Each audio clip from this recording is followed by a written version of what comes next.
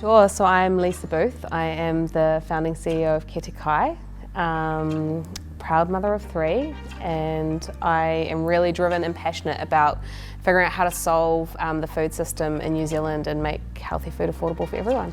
So there was actually a team of people over the last sort of 6 years, and we've all sort of worked together in different capacities, and the concept has slowly evolved to what it is today. So our kaupapa is to end hunger in Aotearoa by 2030 in a sustainable and ethical way.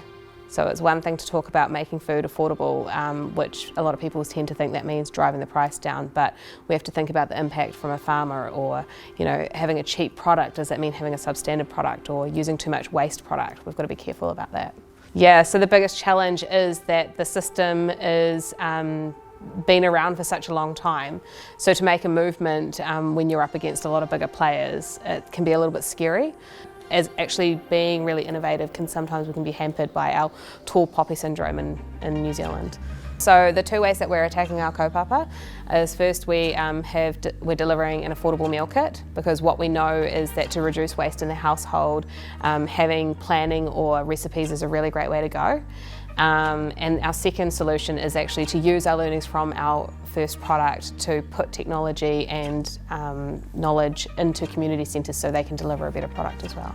When I was first looking into what a food system was, sort of 5 or so years ago, and I started to understand what a food system looked like, and then I started to see the other end where people are really hungry at no fault of their own. And when you look at that and put yourself in those people's shoes, it's hard not to be passionate about it. It's hard not to think, like, how can we solve this problem? I myself have had a bit of a journey. I had children young, and we were saving up to buy our first home, and sometimes there were weeks where we didn't have a lot of money at all, and so having to make food stretch over a longer period of time was something that we always struggled with. And when you're a young family, food feels like such a massive bill each week, and often it's a bill that you're paying, or it's something that you're doing once all your other bills have come out.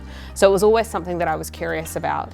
And absolutely, with the work that we've done in communities and talking to whānau directly and asking them what their struggles are, having that connection and putting yourself again in their shoes, it opens your eyes to what's really happening in New Zealand. Well, what we know is that pre-COVID, we were looking at sort of like, I think it was 2019 is maybe the stats, that about just under 600,000 people were dealing with food insecurity. So food insecurity is when you do not know where your next meal is coming from. During COVID, Korohe Kai estimates that raised to about 750,000 to 1 million Kiwis. Child poverty estimates numbers such as 160,000 Kiwis, children are dealing with food insecurity. And today they believe that 750,000 people are dealing with food insecurity, so like 1 in 5. So it's actually a really massive problem, but it's very solvable, because what we also know is that Aotearoa is capable of producing enough food to feed 40 million people. So if we've got so many people hungry but we can produce the food, then we just need to connect the dots.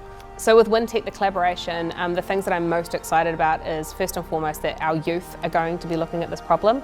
So by highlighting poverty in New Zealand and food hunger and making people aware of it, especially with our youth, we can carry that education through. But I think what's more important is that we talk about food sovereignty or food insecurity. And food sovereignty is about choice and owning that. And so I think that if the students are struggling to feed themselves while they're educating themselves, then it makes sense for them to have some ownership and part of this project. So I'm excited to see that. I think that's where we'll see systemic shifts as well. So I think the first thing is that Kiwis need to be more curious about it. I think that we tend to, even with COVID, we tend to be in a bit of a bubble where we think like we can't see the impact of it. And because we live in such a beautiful land and we live in our own lives, we don't tend to sort of reach out into areas that are uncomfortable. And dealing with, poverty in New Zealand is something that we need to feel like we want to find out more about it. Get curious, ask the uncomfortable questions.